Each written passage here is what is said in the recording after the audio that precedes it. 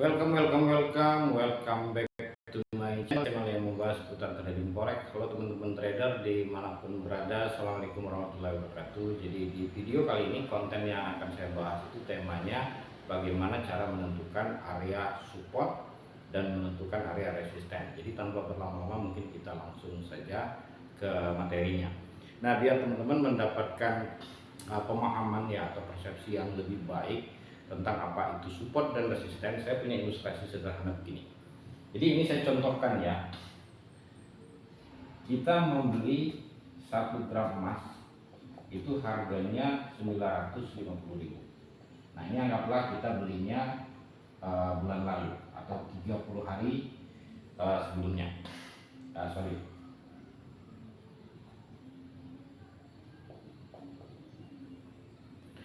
Oke, jadi 2 minggu setelah kita membeli, ya, harga 1 gram ini naik menjadi 1.350.000. Jadi dia mengalami kenaikan kurang lebih sekitar 450.000. Jadi 2 minggu setelahnya. Oke.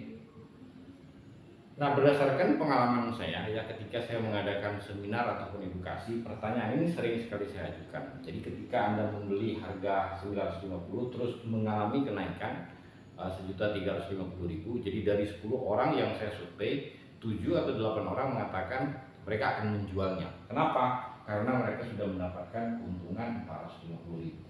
Jadi ini lebih dari 40% ya. Nah, ketika persepsi publik ya, atau persepsi sebagian besar orang ya di harga ini mereka akan menjual, maka area inilah nanti yang kita sebut dengan area supply. Jadi ketika harga mendekati 1.350, mayoritas orang akan melakukan aksi jual. Area ini juga nanti yang kita sebut dengan area resisten. Oke, nah di area ini juga nanti banyak orang yang melakukan yang dinamakan dengan order block. Jadi sebenarnya ya antara supply resisten ya dengan order block itu relatif sama. Oke, sekarang 2 minggu ya setelah harga itu naik, terus harga ini jatuh ya, harga ini turun sangat drastis, turun harga 1 gram ini berubah menjadi 750.000. Oke, jadi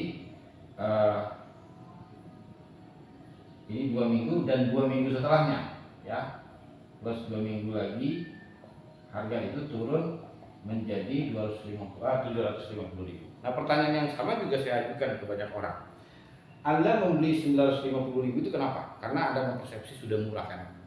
Tapi ketika ada harga yang lebih murah, ya mayoritas orang pemikirannya sama. Nah, nanti inilah yang kita sebut dengan area demand, ya, atau kita sebutnya dengan area support. Ada juga yang menyebutnya area order block, ya. Ini untuk melakukan pending order sell. Nah, ini untuk melakukan pending order buy, ya.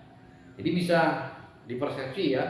Jadi support dan resisten area-area yang dipersepsi ya, yang dipersepsi oleh sebagian besar sudah terlalu mahal itu untuk resisten, sementara support itu area yang dipersepsi terlalu murah. Nah, sekarang kita kembali ke materinya. Bagaimana cara menentukan ya area support dan resisten itu sendiri.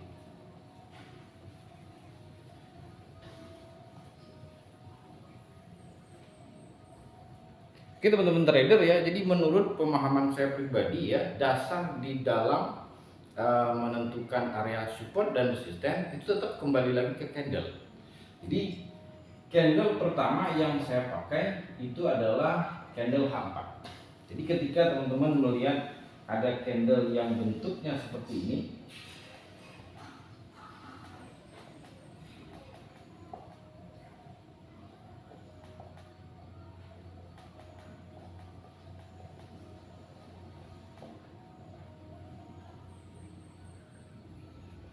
Oke, persepsi teman-teman apa?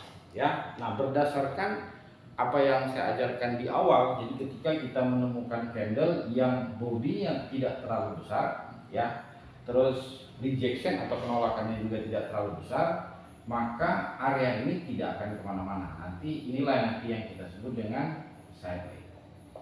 Untuk time frame yang 4 jam. Tapi kalau kita break ini menjadi ya time frame M30, ya ini range-nya lumayan besar, ya. Jadi kalau kita tarik bentuknya kan seperti ini, gitu. Ya. Nah jadi kalau kita break ke time frame yang lebih kecil, nanti bentuknya kira-kira seperti ini.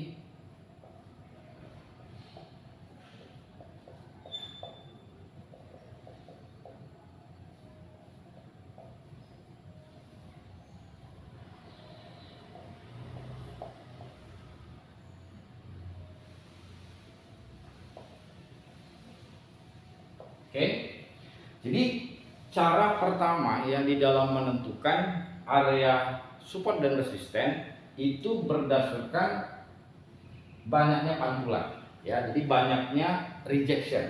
Jadi ketika harga naik ya ke area ini, dia terjadi penolakan sehingga dia turun. Tapi tidak terlalu lama harga juga mengalami penolakan dari bawah sehingga dia terjadi kenaikan. Tapi areanya tidak terlalu banyak. Jadi ketika teman-teman menemukan ada 2 penolakan, maka area ini bisa dijadikan area resisten. Clear ya? Ini yang pertama. Nah yang kedua, ya di bagian bawah ini, ya ini juga bisa Anda jadikan area yang dinamakan dengan support. Nah pertanyaannya begini ya, banyak orang mengatakan support itu ada di angka sekian. Ya menurut persepsi saya pribadi, resisten maupun support itu bukan angka, tapi dia adalah zona. Ya jadi bisa saja ini kalau diilustrasikan ke emas tadi, ini harganya 1.350.000. Nah di sini harganya 1.300.000. Jadi di range inilah kita melakukan entry. Jadi antara ya 1.300 sampai 1.350 kita bisa melakukan entry sell, ya. Di atas sini ya kita bisa menentukan XL-nya. Nah begitu juga dengan support, ya di area sini mungkin harganya 750 sampai 800. Nah di antara ini kita melakukan entry-nya. Ya, di bawah sini kita menentukan XL-nya. Jadi cara pertama di dalam menentukan area support dan resisten itu berdasarkan banyaknya rejection, ya, atau pantulan. Jadi ketika dia sampai di level tertentu, ya harga itu malah berbalik. Ini cara yang pertama. Nah cara yang kedua, ya di dalam menentukan area support dan resisten itu ketika terjadinya sebuah tren, ya. Jadi kalau yang pertama itu cenderung ketika market sideways, sementara yang kedua itu ketika market trend. Jadi pertama, ya kita tentukan dulu candle H4. Ketika Anda melihat body besar seperti ini kan akan membentuk tren. Nah syarat minimal pembentukan tren, ya misalnya ini low-nya, kita tarik low-nya. Oke, membentuk high, ya, membentuk lagi, ya. Nah ini kita buat low, ini dia membentuk high, ini dia membentuk higher low, dia membentuk higher high. Oke. Jadi kalau teman-teman perhatikan, ya di area ini, ya ini kan adalah resisten daripada fluktuasi harga yang ada di sini. Nah ini resistennya. Nah ketika resisten ini di break, ya nanti yang kita sebut dengan BOS, ya. Jadi BOS itu adalah break of structure. Jadi struktur ini di break, artinya ketika dia break, dia membentuk high yang baru. Nah, yang tadinya ya ini garis ini yang tadinya menjadi resisten sekarang berubah menjadi support. Support dari mana? Dari fluktuasi harga yang ada di atas ini. Jadi cara kedua ya di dalam menentukan area support dan resisten itu berdasarkan ya resisten yang berubah menjadi support. Oke, jadi area-area inilah ya nanti yang kita sebut area-area key level. Oke teman-teman, saya kira itu sharing singkat saya kali ini. Thank you. Assalamualaikum warahmatullahi wabarakatuh.